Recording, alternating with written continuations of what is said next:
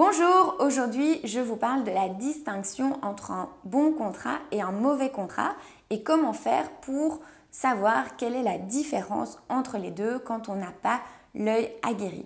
Je vous en parle dans cette vidéo.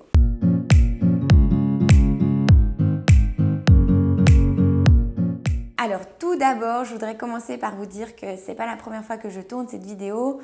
Je l'ai tournée hier et quand j'ai voulu faire le montage ce matin, je me suis rendu compte qu'il n'y avait pas de son à la vidéo parce que j'avais oublié d'allumer ce petit bouton. Donc voilà, j'étais ultra dégoûtée. Je vais essayer de vous faire la vidéo avec la même énergie, mais ce sera peut-être pas aussi bien que la première fois. Donc voilà, c'est pas grave, on recommence, ça peut arriver.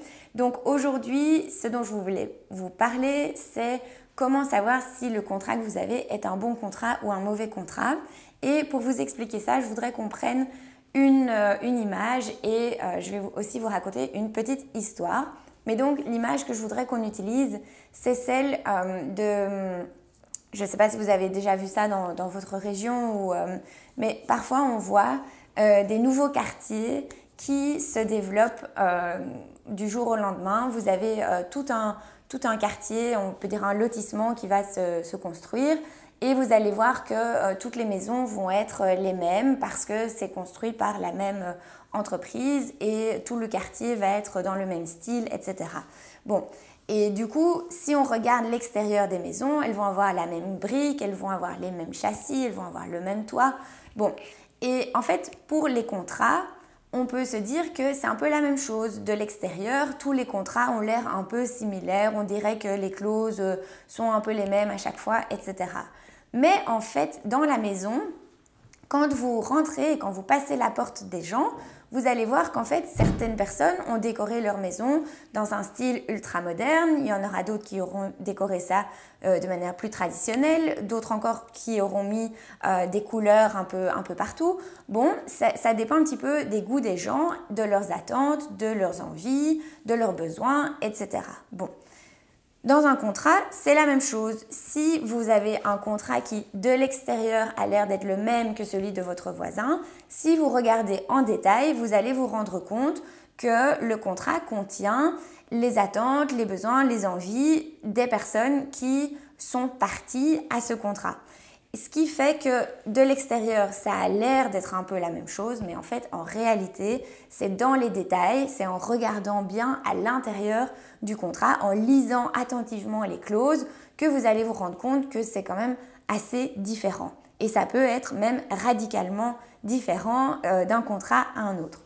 Donc ça, c'est la première chose que je voudrais que vous vous rendiez vraiment compte, c'est qu'il y a des différences. Et même pour un non professionnel, vous allez pouvoir à un moment donné vous rendre compte que les contrats ne sont pas les mêmes si vous commencez à les lire en détail. Ça, c'est une première chose. Maintenant, comment savoir si le contrat que vous avez est un bon contrat ou si c'est en fait rien qu'une façade où vous avez l'impression d'avoir un contrat, mais qu'en fait, à l'intérieur, quand vous regardez à l'intérieur de la maison, c'est encore en chantier, il n'y a rien qui est fait, c'est mauvais, voilà, il y a des, je sais pas moi, il y a des fuites, il y a des travaux à faire. Bon, en gros, il faut savoir faire la différence entre une façade et une maison ultra bien décorée, finie, la maison de vos rêves. Pour vous présenter les choses simplement, disons qu'il y a 3 manières de rédiger un contrat, d'avoir un contrat pour encadrer vos relations, vos activités économiques, etc. Et pour expliquer ces 3 façons, on va prendre l'histoire des 3 petits cochons. Je pense que tout le monde connaît cette histoire et vous allez voir, c'est assez symbolique mais assez représentatif et je voudrais vraiment qu'on prenne cette histoire pour que vous puissiez bien retenir que c'est pas juste comme ça un contrat, non, c'est quelque chose de sérieux et vous allez voir la différence entre le petit cochon qui construit sa maison en paille, celui qui construit sa maison en bois et celui qui construit sa maison en briques pour tenter d'échapper au loup. Alors, la première hypothèse, c'est la personne qui va rédiger ses contrats comme le petit cochon qui construit sa maison en paille. Alors, je ne veux pas dire que vous êtes des petits cochons, c'est simplement pour vous donner une image et pour que vous puissiez vous rendre compte parfois de la bêtise qu'on fait sans s'en rendre compte. Donc, si vous rédigez un contrat à la manière de la construction d'une maison de paille, ça veut dire que vous avez peut-être pris un contrat sur Internet, vous avez peut-être même fait ça vous-même en prenant des clauses un peu à gauche, à droite, etc. Ça, désolé, mais c'est vraiment la maison de paille. Ça veut dire que le loup qui va venir voir votre maison, il va souffler dessus et en un coup, tout se sera envolé. Ça n'aura servi strictement à rien et vous allez vous faire manger tout cru par le loup ou vous avez intérêt à courir très vite chez votre copain. Bon, ou chez votre avocat du coup. Mais simplement pour vous dire pourquoi cette situation va se passer. Parce qu'un contrat fait n'importe comment sans tenir compte de la rigueur juridique, c'est un contrat que de un, les personnes qui s'y connaissent un peu vont directement considérer comme étant du n'importe quoi et ils vont peut-être quelque part en profiter. Deuxièmement, pour vous, le jour où vous voulez appliquer ce contrat, finalement, ce sera peut-être même à l'opposé de vos intérêts puisque c'est possible que vous ayez mis dans ce contrat des choses qui finalement ne vous arrangent pas au moment où vous allez devoir exécuter ce contrat simplement parce que vous n'avez pas non plus compris ce qu'il y avait dedans. Bon, vous l'avez compris, c'est vraiment pas la situation idéale, c'est vraiment à éviter. Limite, vous êtes mieux alors à ne pas rédiger n'importe quoi et à vous baser sur le régime légal qui existe lorsque les parties n'ont pas de contrat. Ok, vous ne connaissez pas ce régime légal, vous n'avez sûrement aucune connaissance, mais ce régime, il est quand même fait d'une façon cohérente pour encadrer les choses de la manière la plus générale possible, mais aussi la plus cohérente possible. Donc, à ce moment-là, c'est mieux de ne pas faire de conneries plutôt que d'essayer de s'improviser apprenti sorcier à faire ses contrats soi-même. Première hypothèse. La deuxième hypothèse, c'est quand vous allez construire votre maison en bois. Alors, qu'est-ce que j'entends par là? J'entends par là quelqu'un qui aurait un modèle de contrat qui est adapté au type de contrat qu'il veut conclure. Donc, par exemple, disons, vous voulez conclure un contrat de travail et vous avez un modèle de contrat de travail. Bon, très bien. Vous savez que le modèle vient d'une source fiable, etc. Ok, fine, mais ça reste un modèle. Ça veut dire que ce contrat, il ne sera pas adapté 100% à votre situation bien précise, aux activités de votre entreprise et il y aura sans doute des lacunes, il y aura sans doute des éléments dans la réalité de votre entreprise qui ne seront pas couverts par le modèle, puisque un modèle, ça reste quelque chose d'assez général. On ne peut pas couvrir les situations bien particulières dans un modèle. Si on refait l'analogie avec la maison, eh bien, ce n'est pas la maison de vos rêves, ce n'est pas la maison 100% conforme à vos attentes, à votre situation, etc. Mais ça remplit sa mission temporairement pour vous aider dans le court terme, on va dire. Eh bien, le contrat, ça va être la même chose. Ça va être un modèle qui va peut-être pouvoir vous dépanner, pour autant que ce soit un bon modèle. Et ça, bon, il faut encore que vous vérifiez d'où vous avez obtenu ce modèle. Mais quelque part, si le loup vient souffler sur votre maison en bois, elle va tenir un peu mieux que la maison de paille, mais pour peu qu'une situation ne soit pas encadrée, pour peu qu'il y ait une faille dans le modèle de contrat, pour peu qu'il y ait le moindre souci et que ça vous empêche de vous défendre valablement, le loup va quand même réussir à vous croquer. Donc ça, vous le voyez aussi, ce n'est pas la solution non plus idéale. Ça peut vous dépanner dans le court terme, mais clairement, sur le long terme, ça va avoir ses limites et vous ne saurez pas vraiment vous défendre valablement. Le contrat ne sera pas un outil sur lequel vous pouvez vraiment compter dans les cas où vous en avez besoin.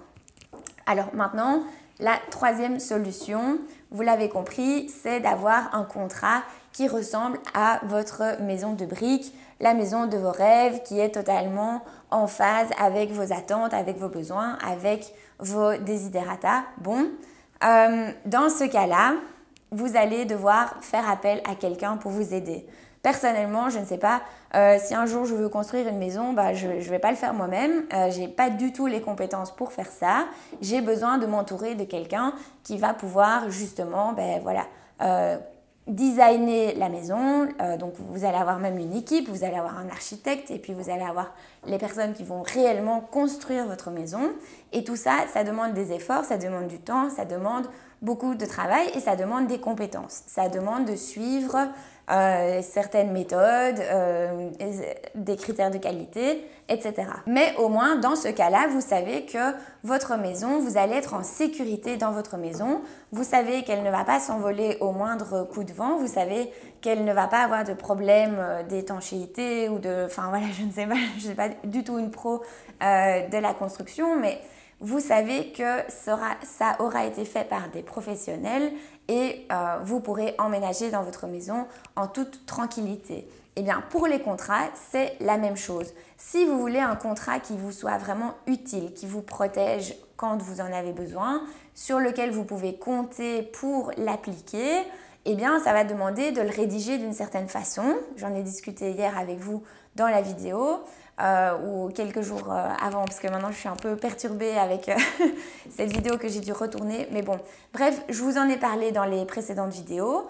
C'est au moment où vous allez devoir appliquer le contrat que vous serez bien content d'avoir un contrat qui tient la route, qui est fiable, sur lequel vous pouvez compter et qui va aussi vous permettre d'avancer dans vos activités économiques en pouvant compter sur ce contrat qui sera bien fait. Et là, si le loup essaye de venir attaquer votre maison, eh bien vous serez protégé, vous pourrez compter sur les outils que vous avez mis en place. Et ça, c'est hyper important. Alors, comment ça se passe dans la réalité? Parce que voilà, je sais aussi très bien comment ça se passe. Souvent, les personnes qui viennent pour construire leur maison de briques, eh bien, ce sont les personnes qui ont d'abord essayé une maison de paille, qui se sont fait manger tout cru, qui ont ensuite essayé une autre méthode un peu plus fiable, mais quand même pas encore au top, et qui finalement font quand même le pas de venir et d'avoir des contrats personnalisés, des contrats sur mesure, etc. Alors, moi, dans ces vidéos, ce que j'essaie de vous encourager à faire, c'est d'éviter de faire ces erreurs-là. C'est vraiment essayer de ne pas perdre du temps, de perdre de l'énergie, de perdre de l'argent avec des choses qui ne sont pas optimales et qui finalement vont quand même vous mener à des problèmes. Parce que en matière de contrat, si votre contrat n'est pas bon et que vous voulez le faire appliquer parce que vous avez un litige avec votre partenaire, votre co-contractant, si le contrat est mauvais et que ça doit quand même terminer en procédure, vous allez avoir le coût de la procédure. Et comme votre contrat sera vraiment de mauvaise qualité, l'issue de la procédure va être aussi totalement aléatoire. Et donc, finalement, vous allez devoir vous défendre, mais sans vraiment savoir quel va être le résultat. Et donc, effectivement, dans ces cas-là, ça va représenter un coût et vous n'allez pas être sûr du résultat. Donc, c'est quelque part très risqué. Donc moi, avec ces vidéos, ce que j'essaye de faire, c'est vraiment de vous dire, voilà, il y a des raisons pour lesquelles on fait les choses d'une certaine façon, dans un certain ordre, avec des professionnels, etc. C'est simplement pour vous éviter tous ces ennuis, en fait, un peu de bricolage de votre côté. Il y a des choses à faire dans un certain ordre. Et en tout cas, j'espère que cette petite histoire vous aura fait prendre conscience de ça. Il n'y a pas d'autre prétention à cette vidéo, c'était simplement pour essayer de vous sensibiliser à l'importance d'avoir de bons contrats, d'avoir vraiment des contrats de qualité. Un contrat n'est pas un autre et ça, voilà, c'était un peu le message de cette vidéo. Alors si vous avez aimé, je vous invite à liker la vidéo, à la partager autour de vous. Je pense que ça peut vraiment aider pas mal de personnes. Et puis surtout, abonnez-vous à la chaîne YouTube. Je vous propose des vidéos du lundi au vendredi et pour l'instant, c'est un mois spécial sur les contrats. Je vous dis à très vite pour une prochaine vidéo. À bientôt. Ciao!